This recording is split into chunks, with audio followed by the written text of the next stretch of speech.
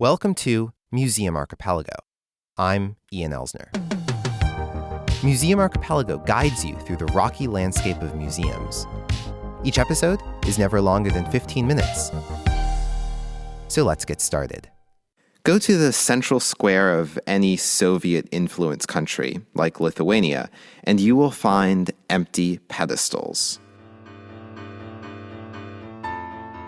The pedestals used to hold monuments to Soviet leaders.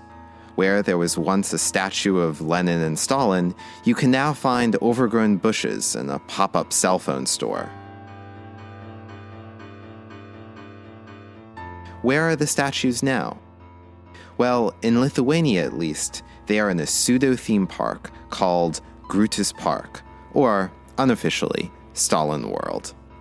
They are surrounded by other attractions, like a cattle car, similar to the ones that used to send dissidents to Siberia. A couple of Soviet watchtowers, some zoo animals for the petting zoo, and amusement park ride. Made a cafe with some kitschy Soviet titles for the stuff on the menu. This is Monika Bernotas, a museum industry professional currently at Consulticon Inc., who has been to Grūtas Park and written about it. But I guess once you get into the actual statue walk, it's kind of funny because you can do whatever you want. So climbing on top of Lenin and Stalin, picking their nose, patting them on the head, doing whatever you want. And it's really humorous to kind of have that interaction. Today we'll pick Lenin's nose and try to figure out what Stalin World means to Lithuania and to the rest of the world. Monika Bernotas admits that her experience might not be the same as other people's. It was different for me, I think, than from a lot of other native Lithuanians, because I never had to deal with those statues in real life.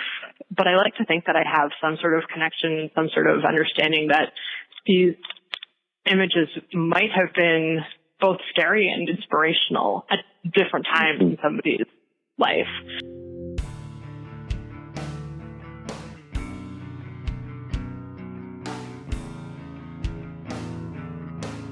For me, they've always been images that were bad. I feel like growing up, I always knew that Lenin's face, Stalin's face, these were the faces of terror that drove my grandparents out of Lithuania. But on a broader level, they mean so many different things to so many different people in history. Here, we get into what Bernotas calls the museumification of these monuments. When these monuments were first erected in town squares, their purpose was to glorify Soviet ideology. When the monuments were moved to Stalin World, the context changes. Now, they showcase a new set of values.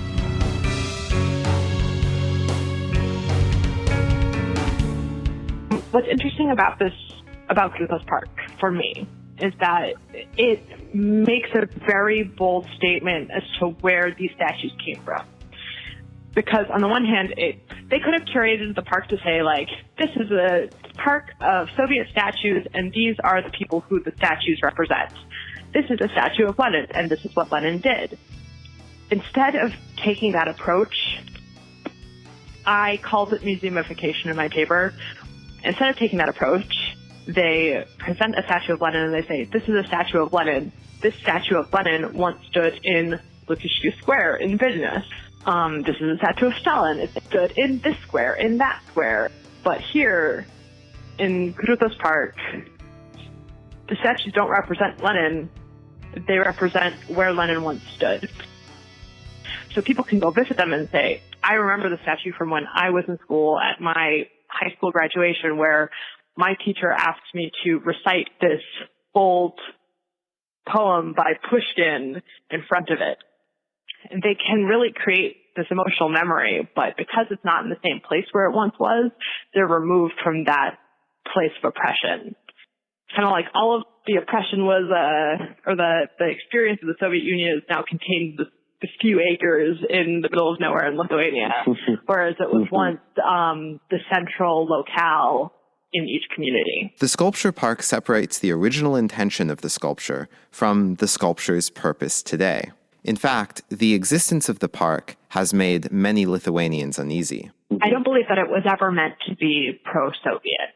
I don't think that was ever the intention, but in the aftermath of the first idea and the implementation of the idea, there was an outcry against it because it was preserving these images that had been so oppressive in the past. The extent to which you think of this park as a monument to Soviet heroes or as an exhibition of Soviet horrors is to what extent you think of this park like a museum. As Monika writes, for those who are unable to comprehend the line that the museum draws, the park appears as a monument to those crimes.